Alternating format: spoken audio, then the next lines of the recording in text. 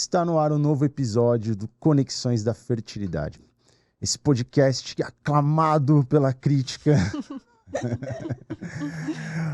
Hoje nós vamos conectar a sua história com um caso cheio de decisões importantes, muito bem construído, muito bem conduzido. E para me ajudar, eu tenho aqui, muito feliz de ter você, Ju, a doutora Juliana Ratti. Obrigada. Ju, você é médica da Mater Prime há quanto tempo? Gente, eu tô fazendo aniversário, né? 8 anos agora. 8 anos, foi a primeira depois do Rodrigo, né? Ai, Eu que vim legal. depois, fui eu que era o Rô e depois eu vim. Então aqui para me ajudar, a maravilhosa, poderosa, incrível, perfeita Ju Ratti. E a Débora, que já é sua amiga. Que já era minha desde amiga antes, de antes. e que vai compartilhar aí a trajetória dela com a gente. A gente Eu já tava... queria completar que é a melhor médica do mundo, tá? Olha, eu puxei o ar para falar isso, mas eu porque não posso desprivilegiar. Aí, mas ok, eu não vou discordar de você. Não tem como. Ju, você já conhecia a Débora antes, então acho que ninguém melhor que você para dar o start aí de como foi o primeiro contato de vocês. E aí a Débora começa a contar a versão dela dos fatos. Eu conheço a Dé, acho que fazem quase 10 anos, na verdade, porque a gente tinha cachorros em comum e a gente se conheceu no encontro no Parque de Ibirapuera há quase 10 anos. Não, é quase 10 anos, né? Porque o meu cachorro tem 10 por anos. aí. E aí a gente acabou que ficou amiga e, coincidentemente, depois outras pessoas em comum foram se cruzando e no final a gente acabou tendo várias pessoas em comum, né? No final das contas. Mas a Débora era minha amiga há muito tempo e a gente conversava, assim, né? Nada de assunto médico tão importante. E aí a Débora tinha o ginecologista dela, fazem agora acho que uns 4 ou 5 anos, né, Dé? 5 anos. E que ela me ligou um dia, Parou! Para, João Kleber! Para! me ligou, não, me mandou um WhatsApp um dia, né? Agora você, conta de novo pra gente, estava contando aqui que essa história é muito boa. A Ju, a gente era amiga, né? Como ela disse, a gente tem a mesma raça de cachorro e tinha uma galerinha. E da época nós duas morávamos perto, então a amizade foi aproximando, né? Mas como ela disse, nada questão médica. Eu sabia o que ela fazia, mas a gente em momento algum tinha conversado sobre isso. E eu não sei como é hoje, mas há 6 anos atrás, não é um assunto que o médico conversa assim com a gente livremente, né? E numa consulta de rotina, eu não tinha problema nenhum para o médico trazer esse assunto, uma consulta de rotina. Ele simplesmente jogou na mesa: olha, você tá com 35 ou 36 anos, não tem parceiro, e eu acho que você deveria congelar seus óvulos. Eu fiquei chocada, né? Assim, porque foi sem massagem. Ele simplesmente falou: acho que você deveria congelar seus óvulos. Acho que na hora a gente até fica assim um pouco meio, e se eu conhecer alguém amanhã, né? Como assim? Vai que? O que você tá falando? Eu fiquei bem chocada e ele até esclareceu. Ele falou: olha, no meu consultório, eu tenho muitas mulheres mais velhas que postergaram essa decisão, que hoje querem ter e que não conseguem. E eu simplesmente não tenho como ajudá-las nesse momento. São pessoas que poderiam ter tido ao longo da vida, por questões profissionais ou porque não tinham parceiros, foram postergando até que um momento não puderam mais. Porque a gente, infelizmente, tem isso que chamam de validade, né, a mulher. E aí ele falou: o máximo que vai acontecer com você é descartar os óvulos. Mas e uma coisa que ele falou que é muito verdade. Ele falou: quando eu disse, mas eu não sei se eu quero ter filhos. Ele falou: a Débora de 36 anos não vai ser a mesma Débora de 40. A cabeça de hoje não é só a cabeça de 40. Então, se você tiver condições, faça. Porque o máximo que vai acontecer é você descartar. E olha, Foi certeiro. Ele foi certeiro. Eu fiquei super chocada. Eu saí de lá até um pouco chateada, porque eu só fui lá fazer um Papa Nicolau, né? Cheguei lá toda pomposa, né? E saí com um triplex na minha cabeça. Eu realmente não pensava sobre isso. O que já foi uma conduta diferenciada, né? Porque Acho geralmente o ginecologista isso. geral, ele não aborda com essa clareza esse tema. Que é o que a gente hoje gostaria muito, porque esse primeiro contato deveria vir do ginecologista geral. E isso tá ficando mais frequente agora nos últimos anos, né? Uhum. Mas há 5, 6 anos atrás, né? É. E Foi legal olha, da parte dele. eu acho que Sim. foi até bom a maneira clara que ele usou. Porque eu acho que se ele fosse um pouco mais gentil, talvez falasse, ah, tá bom, a gente vai ver e tal. Deu um chacoalhão. Mas ele me deu um chacoalhão, realmente. Aham. Porque talvez seja isso, talvez ele esteja vendo pessoas lá que ele não consegue ajudar. E que Uhum. se ele tivesse dado a mesma orientação que ele me deu, as pessoas não ficariam tão tristes, frustradas, né? Porque realmente o que não é o seu sonho aos 36 anos pode ser o seu sonho aos 40. Uhum. E você recebe de alguma forma, como de repente eu sou infértil ou um atestado de fracasso conjugal, Não, o fato nenhum. de repente ter que lidar com congelamento de óvulos? Não, nenhum. Nunca tive.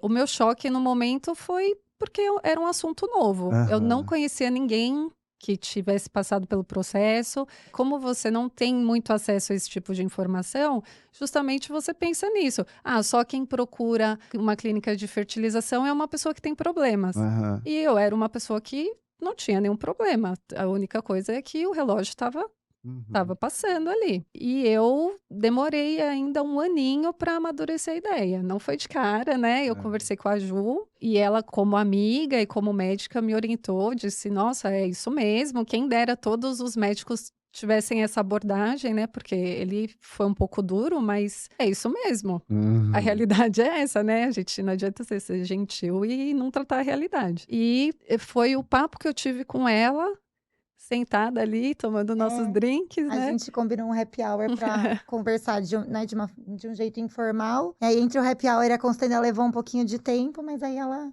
Aí eu falei, É, tô preparada. Fui amadurecendo a ideia, né? Falei, vamos fazer. Ah, mulheres É, poderosas. Vamos tomar um drink e congelar meus já óvulos. meus óvulos depois. muito chique. Muito chique, adorei. Ah, foi ótimo. Não, em momento nenhum, assim, eu me senti, não sei se diminuída é a palavra, mas Uhum. assim, nem desde o congelamento, e também se tiver um tempinho eu vou contar para vocês como foi a gestação e tal, e o parto. Nem desde o congelamento até o parto, em nenhum momento, assim, foram todos momentos muito especiais, assim, que eu trago com bastante carinho. Ai, meu É. Deus, eu não consigo passar de 10 minutos nesse Vou me podcast. emocionar. Exato, foi. Ô, Ju, pelo que você dos médicos da Mater, você é quem mais faz congelamento de óvulos.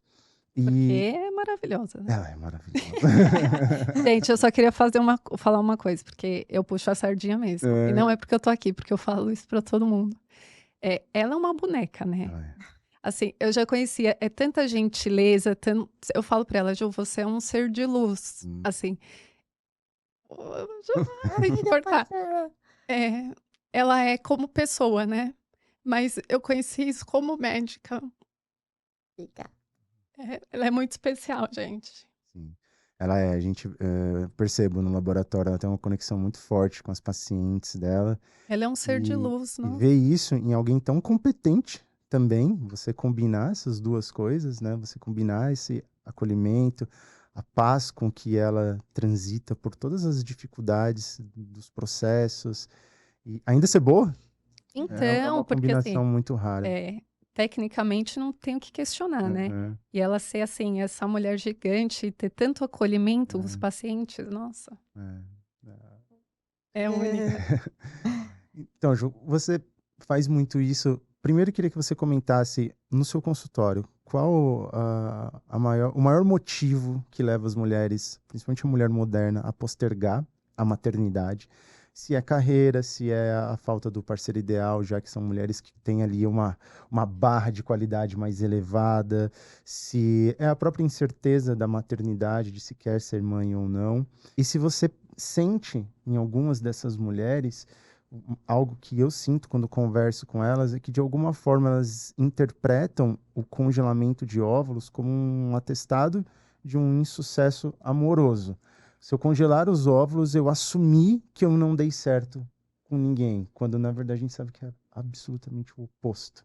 Pois é, eu ia falar isso. Eu tenho principalmente 2 perfis de paciente que eu brinco, né? Que, por exemplo, acho que hoje o principal motivo que elas vêm no consultório para congelar são geralmente mulheres que são financeiramente independentes e, infelizmente, ainda o congelamento não é para todo o público feminino, né? Que seja um dia, mas ainda não é. De pacientes que, por motivos que a gente fala que é o congelamento social hoje, né? Por motivos de trabalho, por motivos de carreira, por motivos de estudo, ou porque essas pacientes não têm um parceiro ou uma parceria, enfim. E algumas que ainda não, geralmente não sabem se querem ser mães ou não. Então, esse é o principal grupo que hoje eu tenho atendido no consultório. E eu brinco que eu tenho 2 perfis de paciente. Eu tenho as pacientes que foram orientadas e, né, estão mais antenadas e elas vêm e elas estão fazendo um investimento para elas, então elas entendem isso como sucesso, porque elas, graças a Deus, elas têm a condição, elas tiveram a informação e elas podem fazer isso. Mesmo a gente sabendo que isso não é garantido, elas se sentem, nossa, que bom, vou fazer isso.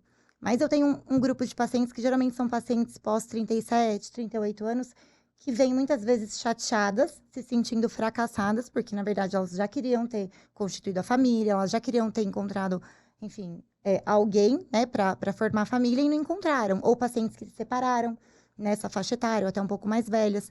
Então, essas pacientes, geralmente, elas estão mais chateadas e elas enxergam, de certa forma, como um fracasso.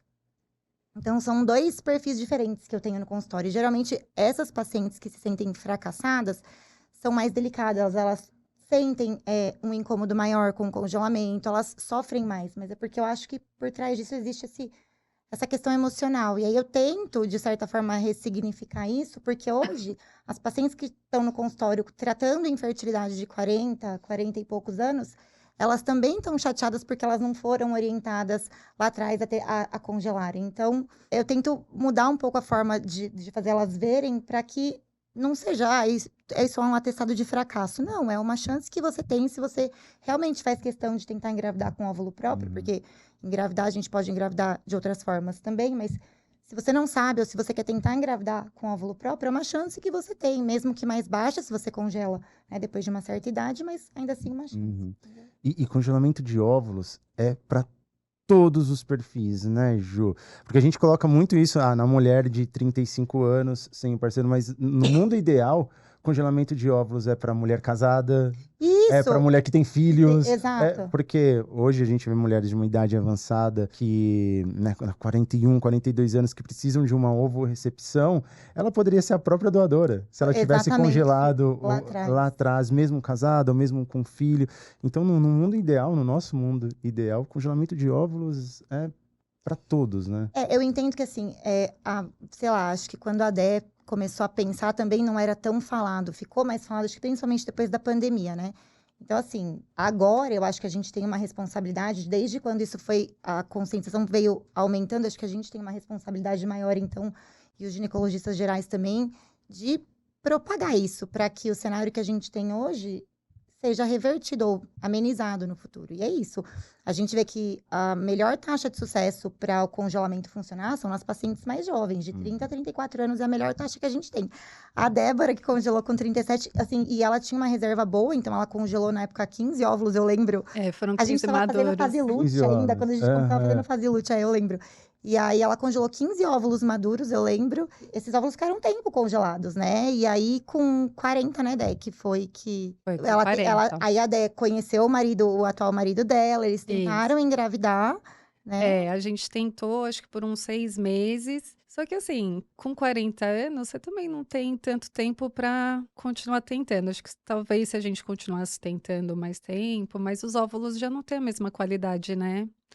E eu Então a já cabeça realmente tinha. transformou. A cabeça da Débora de 40. Nossa, sim, eu sou outra Foi muito bom pessoa. Eu isso. acho que todo Aham. mundo. Esse foi o melhor conselho. Sua cabeça, e provavelmente a Débora de 50 não seja a mesma, né? Aham. Então, eu pensei, conversei com a Ju, falei, nossa, tem os óvulos jovens lá, né? Por que que também você vai tentar Uhum. prolongar, assim, esse período de tentativas, né?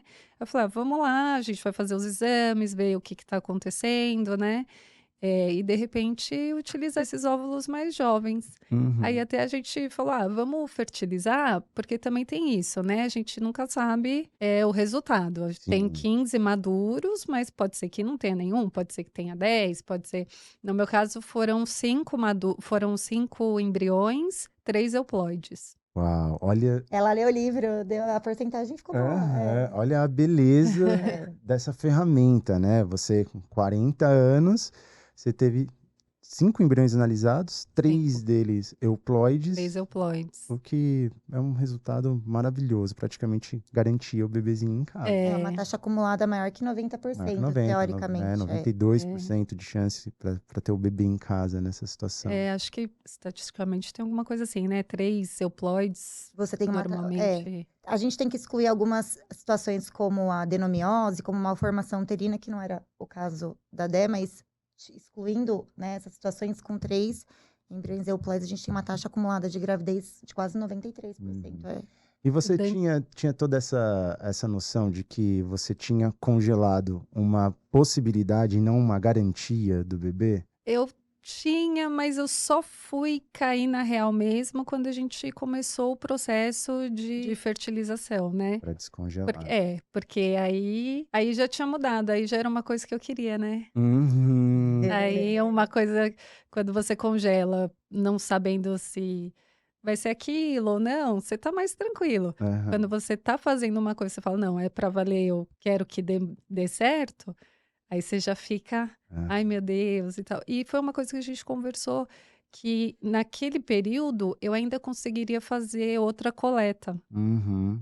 Né? Então, acho que isso foi uma das coisas que também pesou para eu fazer o processo naquele momento. Se não desse nenhum euploide, ou se desse um pouco menos, a gente conseguiria ainda fazer mais 1 ou 2 coletas, né? Para a gente aumentar.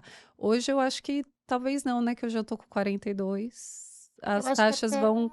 Coleta a gente conseguiria fazer. O problema é que a gente coletaria menos óvulos e provavelmente esses óvulos, a sua taxa de formação de embrião seria menor e a gente não tem como saber se você formaria euploide ou não, porque aí é bem mais delicado. Mas se quiser, a gente consegue. Quanto antes, quanto antes. Ainda tem 2 meninos lá. Meninos, né? Ainda tem 2 congelados. 2 congelados. Porque aí né, ela vai contar que quando ela decidiu, depois que formaram os embriões, a gente decidiu transferir, ela engravidou. Engravidei de primeira, Nossa, que história bem construída, né? Não, foi história de sucesso. Foi nota 10 do começo ao fim. Aham. As fotinhas. Isso foi no dia lá. Ai, que legal. Gente, eu tava tão tranquila que eu tava estranhamente tranquila. Eu só falava pras pessoas, oi, tudo bem? Vim buscar o Dante. Não, sem saber, né, que era menino ainda, né? Não sabia nada. Eu só...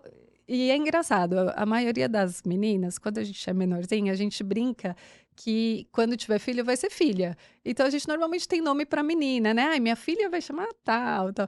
E eu nunca pensei em ter filho menino, eu nunca tive um nome, assim.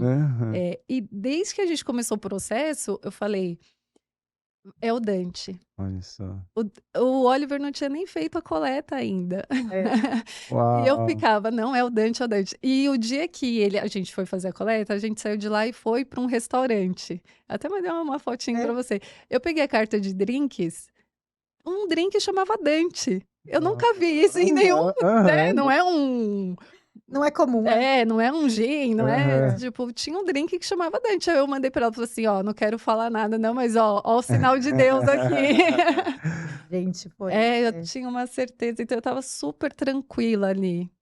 Que legal. O Rafa falou, dá até medo quando a paciente tá tão tranquila. Esse tipo de paciente confiante assusta demais a gente, porque a gente tá acostumado a dar aquele suporte da incerteza.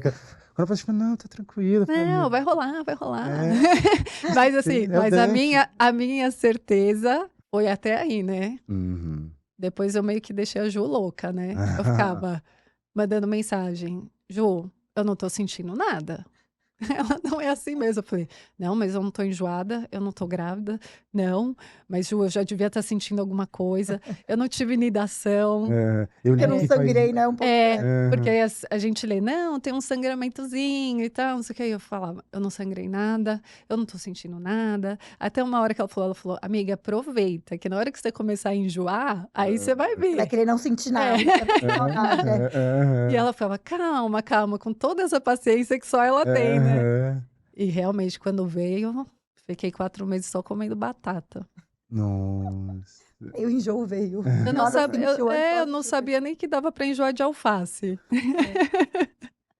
É, É o Dante. é o dente, realmente, o dente veio um furacão. Nossa, e aí foi pra transferência no Materlab e Fomos. positivo, já fez teste de farmácia, fez beta. Falaram pra eu não fazer, mas eu duvido que alguém não faça. Aham. Algumas contam, outras não contam. Elas fazem, não Não contam, porque elas ficam conta. tentando se controlar. É, não, eu me controlei até que um pouquinho, assim, mas acho que uns 2 dias antes, aí eu fiz. Aí deu positivo. Aí eu fiz aquele do risquinho, né? Aham.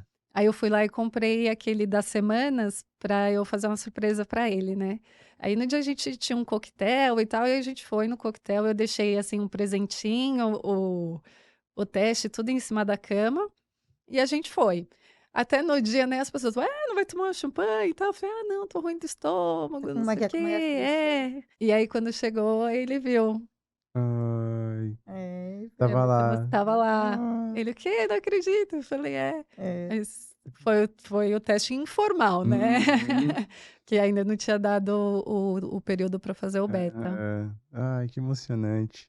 Ah, é. Você deve ter ficado muito orgulhosa também, Nossa, né? se a gente for olhar agora, porque você vai fazendo as coisas e às vezes a gente.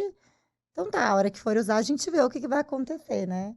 E Sim. ter histórias assim, É. a hora que você olha e você fala, Eu foi fico tudo muito muito. orgulhoso, porque eu congelei os óvulos. Foi, olha, Sim. só congelou os óvulos, é isso. Então, É um trabalho em equipe, bem feito, sim, né? sim. E. Ah lá. Esse foi o primeiro O primeiro, coração. Ah,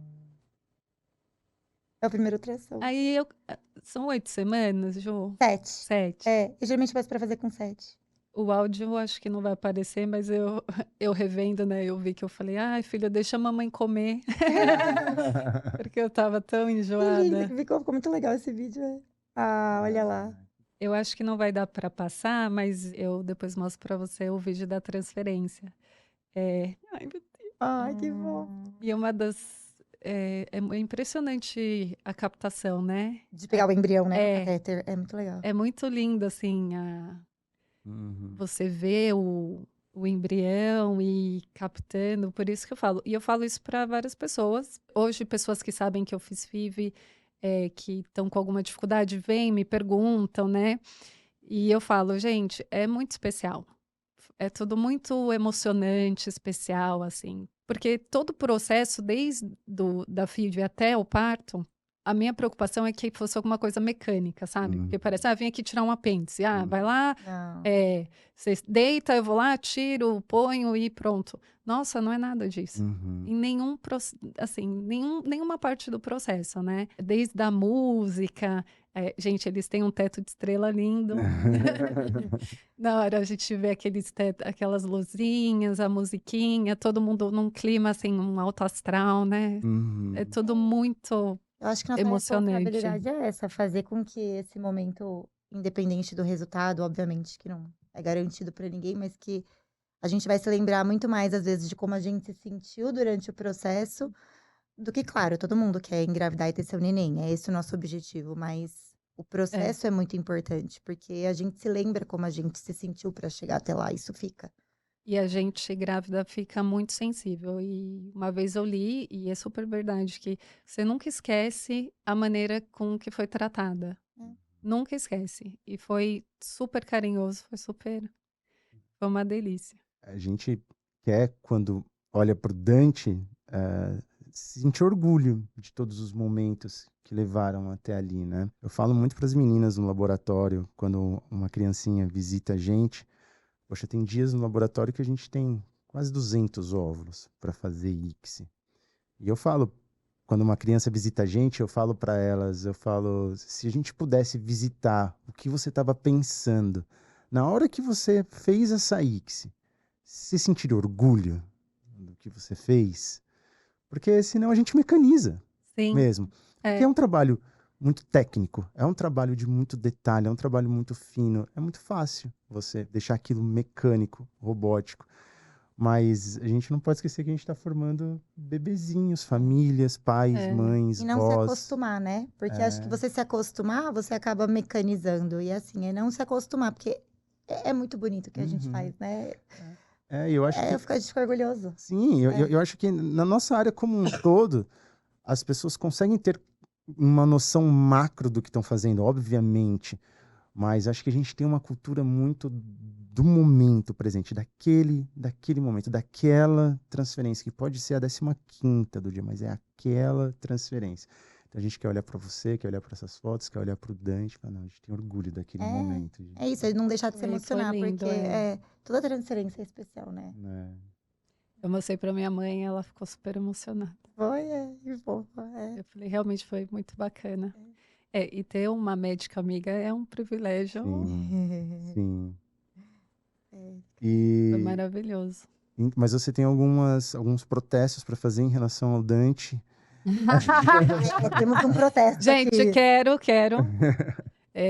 Na semana parece que fizeram o Dante lá, tava faltando a poção do sono, não é isso? Eu lembro. Porque ele veio sem nada. Oh, meu Deus. No lugar do sono, colocaram atividade. E muita beleza. E beleza, carisma. Não é porque eu sou mãe, mas ele é lindo. Não, ele é mesmo. Dizem que ele cativa todas as babás. Todas. Gente, é incrível. Olha lá. Ele vai com todo mundo, ele é realmente muito especial, assim. Parece que sempre foi ele mesmo, né? Sempre foi. E você passa com ele, assim, você só vê assim, Dante, oi Dante, todo mundo conhece o Dante, mexe com o Dante, sabe?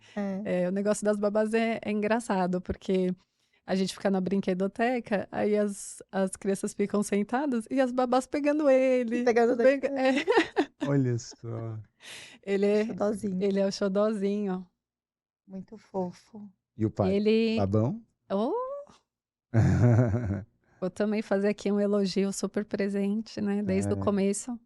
Foi em todas as consultas foi em todas as consultas durante, e desde então tá ali ombro a ombro. Ai, que legal. E é super importante, porque não é só o lado glamour da coisa, né? É bem trabalhoso, é cansativo, tem todo esse amor incondicional, mas é cansativo, não tem jeito.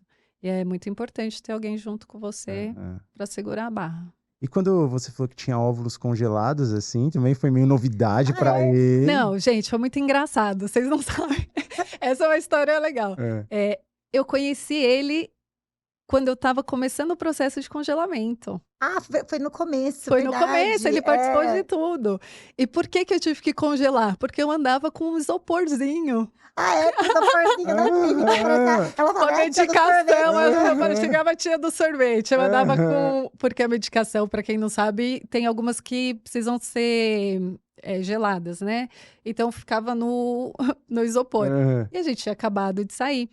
E na semana que eu ia fazer a coleta, eu fui dormir na casa dele. E eu tive que levar a medicação.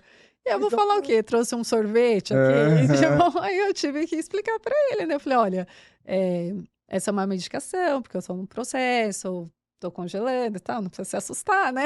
É golpe. Pra ficar tranquila. Até ele falou, mas e como é? Tem perigo, né? Eu falei, não, a gente... vai congelar, seria no sábado, e isso foi ao longo da semana. Então ele participou de todas as... Que legal, já tava lá no já era o Dante, já era o Oliver também. Já era o Oliver também. História, né? Foi muito legal. Então ele participou dessa etapa, então ele já sabia, né? Aí a gente ficou junto uns 2 anos, aí a gente passou pelas etapas, foi morar junto, e aí a gente começou a tentar. Na verdade, também levei mais uma puxada de orelha da ginecologista. Agora outra, que nesse meio do processo, eu troquei de médico, fiz uma cirurgia de endometriose, né? Então, por causa da cirurgia, me senti mais confortável com essa médica que me acompanha até hoje. E aí ela conversando comigo, falou: ó, então, como é? Vai, não vai? Porque Aham. também, se não vai, também acho que não vai mais. Só se for com os óvulos congelados mesmo. Acho que está na hora de vocês conversarem, né? Já que vocês já estão juntos há um tempo, se vocês têm algum tipo de plano. E aí eu saí de lá pensando, como é que eu vou abordar esse assunto, né? É, No jantar, e aí, será que a gente quer? Será que a gente não quer? Vamos ter o Dante? Não vamos? é. Aí fiquei pensando como ia abordar o assunto e nós saímos para jantar e a gente foi numa pizzaria que a gente gosta bastante e aí eu conversei, falei, olha, a doutora me falou sobre isso, né, que eu já tô com 40 anos, que já é a idade para a gente pensar. Conversei com a Ju também, a gente falou que seria bom também, se não desse nenhum embrião euploide, a gente conseguiria fazer novos ciclos para tentar ter novas Uhum. tentativas. E a gente achou que seria o ideal. Deu tudo certo. Ai, que Então legal. ele já Alinhado. sabia, É. Alinhado, Quem dera todo mundo conseguisse. E, gente, não é O seu fracasso modelo nenhum, é muito sucesso. é, Você conseguir ampliar as suas escolhas, né? Porque se eu não tivesse feito o congelamento, talvez o Dante não tivesse aqui. Sim. Então, não dá pra ver isso como fracasso. É Aham. um baita sucesso. Exatamente. Exatamente. Sucesso que você só tem a noção da magnitude quando você realmente começa a lidar com a maternidade como uma realidade posta, né? Sim, sim. E o Dante? Cadê o Dante? vamos trazer o Dante. Vamos Não sei chamar o se ele Dante. tá dormindo, viu? Ah, tudo bem. Se estiver dormindo, não É, traz. Mas joguei. antes todas as Dá alguém um histórias, né, sinal Rafa, pra fossem gente assim. aqui. Ah, ele dormiu, ele Ele tava dormiu. acordado até agora.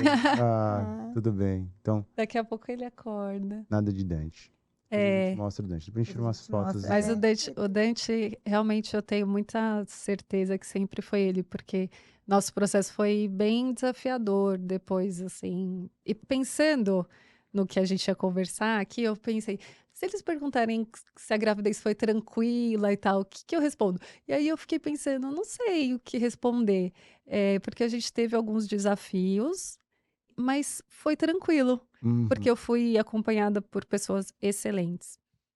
Eu fiz a bondade de liberar a Juliana do meu, É. do meu pré-natal para ela poder fazer mais bebês, né, gente? É. Então, quem me acompanhou no pré-natal foi a minha ginecologista e obstetra. E quando a gente fez os exames com a Ju, a gente detectou que eu tinha trombofilia. Então, a gente descobriu até, um- na, é, a gente até descobriu na uma coisa que eu ia investigação. perguntar. Não é um exame que você faz normalmente? Se eu não tivesse feito FIV, eu não saberia? É porque, geralmente, quando a gente atende casais de infertilidade e pacientes que vão passar por tratamento hormonal, a gente costuma pedir. Não é obrigatório pedir, a gente acaba pedindo na prática. Na ginecologia geral, eu não vejo as pessoas pedirem, a não ser que chegue um casal ou uma paciente contando evento de trombose prévia, aborto de repetição. Mas, assim, eu peço trombofilia e acredito que os meninos também peçam para todos os casais com infertilidade. E a Dé tem uma trombofilia que é importante até, e isso era indicativo dela usar o anticoagulante na gestação. Claro, tem gente que tem trombofilia e não descobre, engravida e não acontece nada. Né? Uhum. Mas uma vez sabido isso, ela usou uma dose profilática, né, de anticoagulante na gestação até o final e no pós-parto. E aí já fica caracterizado alto risco, né? Ou Assim, não? sempre que a gente tem alguma, assim, o alto risco é a gente, que a gente está acostumado a gente até esquece o que que é alto risco, mas realmente, né, acho que a FIV, e a gente até pode depois falar um pouquinho sobre isso, a FIV, ela pode aumentar alguns riscos para o pré-natal. Por isso que é importante fazer FIV se realmente existe, né, existe uma indicação de fazer FIV. E aumentar risco não quer dizer que isso vai acontecer, mas a gente tem alguns riscos aumentados em relação à hipertensão, diabetes estacional, alterações de placenta, apresentação pélvica, por isso o maior índice de cesáreas. E aí, quando a gente descobre alguma comorbidade numa gestante, a gente pode classificar ela como alto risco, entendeu?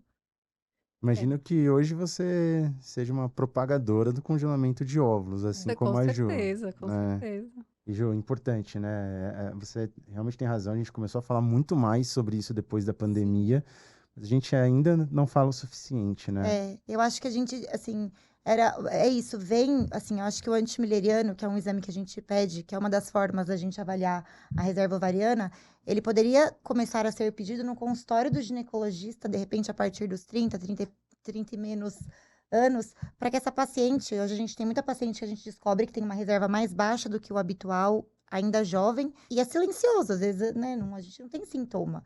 E até para um aconselhamento reprodutivo. E tá tudo bem, você é orientado e você fala, não, não quero congelar, tá tudo bem. Né? Mas você Uhum. teve aquela informação. Então, talvez hoje, eu acho que o desafio é a gente tentar propagar a informação de que para quem tem essa condição, para quem pode, e até o próprio ginecologista orientar, porque às vezes a pessoa prefere ter sido orientada, porque de repente ela muda os planos. E uma gestação que talvez não fosse viável, ela começa a pensar em antecipar a maternidade. Uma das minhas primeiras pacientes, eu lembro até hoje, ela tinha 32 anos e ela tinha uma reserva muito baixa, era tipo, sei lá, 0,2. Hum. E ela tava noiva. Aí eu falei pra ela, falei, você tem duas opções. Eu falei, ou você vai engravidar e casar grávida, ou você vai congelar seus óvulos. Ela ficou me olhando assim, e ela casou barriguda. Ela entrou de noiva barriguda. Então, assim, e aí foi, no fim ela falou, foi a melhor coisa que eu fiz. Então, dar também a oportunidade de que, se de repente a paciente não tem condição de congelar, refletir um pouco melhor sobre a maternidade e, de repente, antecipar os planos, se ela puder, A entendeu? informação é tudo, né? A gente teve uma embriologista de 24 anos com Sim. uma reserva baixíssima Super. também. Isso. E é o que você falou, não tem sintoma Não tem. a reserva baixa. Não tem. E hoje a gente consegue ver no exame de sangue. Exato. A gente maior consegue. indicativo. Exato. A gente É consegue ter uma importante noção isso, disso. falar, né? Porque antes parecia um tabu. Porque eu acho que você tem razão, as pessoas têm um pouco de vergonha, talvez essa sensação de fracasso que, graças a Deus, eu nunca tive. Não sei se porque a Ju sempre abordou o assunto de uma forma super leve, mas é verdade, as pessoas não falavam. E hoje eu sei de muitas pessoas que fizeram FIV que eu não sabia. Porque elas se sentem mais confortáveis E não em fala, contar. né? Porque não é um assunto, é pouco falado. Eu tenho, inclusive, uma amiga que estudou comigo, estava grávida junto com o Dante. Ela nasceu, acho que 2 semanas depois do Dante. E também foi FIV, eu não sabia. Olha só. Aí eu comentei e ela falou, eu também. Ela também é FIV. Eu falei, O olha barco tá mais só. cheio do que parece. Gente, realmente. Ai, que legal. Obrigado. Esse seu caso é aquele caso de livro, sabe? Vou escrever Era o que a gente numa queria pra parede todo mundo. e falar, olha, sigam esses passos, porque é a diferença, muitas vezes, entre você ter um bebê, entre você ser mãe, entre sua mãe ser vó, entre seu marido ser pai, o seu companheiro, enfim. É a diferença entre ter e não ter, e é uma decisão que a gente toma muitas vezes com uma cabeça que a gente ainda não tem, né? Sim, é isso. É isso. E exige muito, mas quanto mais a gente falar, mais a gente propagar e tornar isso comum, ressignificar essa opção, mais pessoas vão fazer. A gente tem visto muitas pessoas, né, públicas fazendo, isso ajuda demais também. Você fez da Carla Dias. Umas semanas atrás, isso é muito importante. E espero muito que um dia a gente chegue naquele mundo ideal, né, Ju, em que o congelamento de óvulos é simplesmente fazer parte do script da vida da mulher, independente do status conjugal e de todo o contexto da vida dela. E de ser algo mais natural e não visto como fracasso, assim como uma possibilidade, né? Porque é o que é, né? Porque é o que é. Porque é o que é. Na verdade, A gente tem que abrir mais a cabeça, eu acho que já tá muito melhor, né? é um privilégio. É um privilégio, eu acho. Eu me sinto privilegiada de ter tido essa opção, porque, como você disse, e eu acho que seria mesmo a diferença entre ter ou não o bebê no colo. Eu acho que você curte ter o bebê no colo. Sim, com certeza. E ele é pesadão, hein? Obrigado. Muito Obrigado bom, de Dé, Obrigada a obrigada. A vocês. história é ótima, ótima, ótima. Foi Que ela excelente. sirva de guia, de guideline para muita gente que vai assistir a gente. Façam, pessoal. Pessoas Não se tenham inspirem, medo. Sim, Obrigada. vai ser lindo. Obrigado você Obrigada. também, Ju. Trabalho em equipe. Viu? Não é? Laboratório bom, Laboratório aí, viu? Quem inventou ele? Mas vai no dia que a poção de sono tá funcionando. Né? Tem um problema Ele no vai aumentar agora. E muito obrigado você também que assistiu até aqui. Congelamento de óvulos. Saiba não só para você, mas fale desse assunto com todo mundo ao seu redor. Quanto mais a gente falar, mais as pessoas vão fazer, mais vai ser comum. E como a gente disse, hoje é um privilégio da medicina que a gente tem. E a gente trouxe aqui uma história perfeita nesse sentido para a gente conseguir se conectar. E agora a gente vai se conectar um pouco com o Dante, que tá lá fora e que é lindinho e charmosinho. Não tem posição do sono, mas tá dormindo agora. Né? De dia, porque de noite é rave. Muito obrigado, agradecer também a Forbil, que possibilita aí a gente fazer esse podcast, que vem o próximo episódio. Até lá. Obrigada, gente.